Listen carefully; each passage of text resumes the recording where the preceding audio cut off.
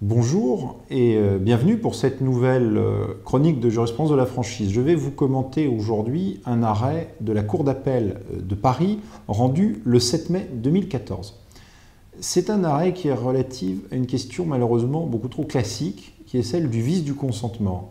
C'est un peu la tarte à la crème de la franchise, le franchisé qui souhaite se dégager du contrat de franchise et de son exécution va le plus souvent en défense, reconventionnellement, soulever la nullité de son contrat.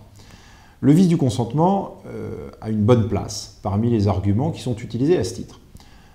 En l'occurrence, il s'agissait pour le franchisé de se plaindre notamment d'une mention figurant dans un courrier adressé par le franchiseur au franchisé avant la conclusion du contrat. Que précisait ce courrier? Je vous le cite. Sachez, à titre d'information, que nous avons apporté en 2007, au niveau national, toutes enseignes confondues, un chiffre d'affaires global de 20% du chiffre d'affaires hébergement de nos franchisés. Ce chiffre est supérieur à Cannes. Vous aurez compris que nous sommes dans l'hôtellerie, que le franchiseur offre un service de centrale de réservation et que l'emplacement du futur franchisé est à Cannes. Fort heureusement, l'arrêt favorable aux franchiseurs assure le principe de sécurité des conventions et des engagements. Que retient-il?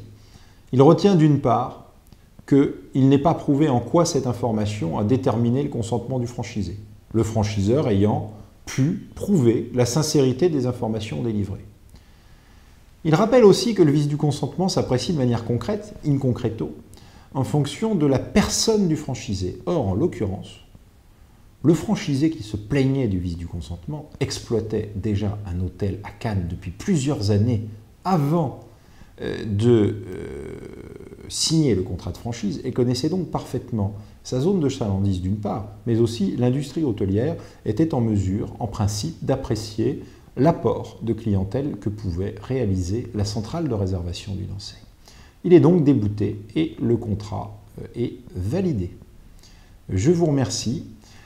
Et encore une fois, cette jurisprudence montre l'importance qu'il y a à délivrer une information sincère, mais aussi à faire déclarer au franchisé, notamment lorsque c'est un homme de l'art, un commerçant du secteur, toute son expérience professionnelle dans les dossiers de candidature afin de pouvoir lui opposer par la suite. À très bientôt.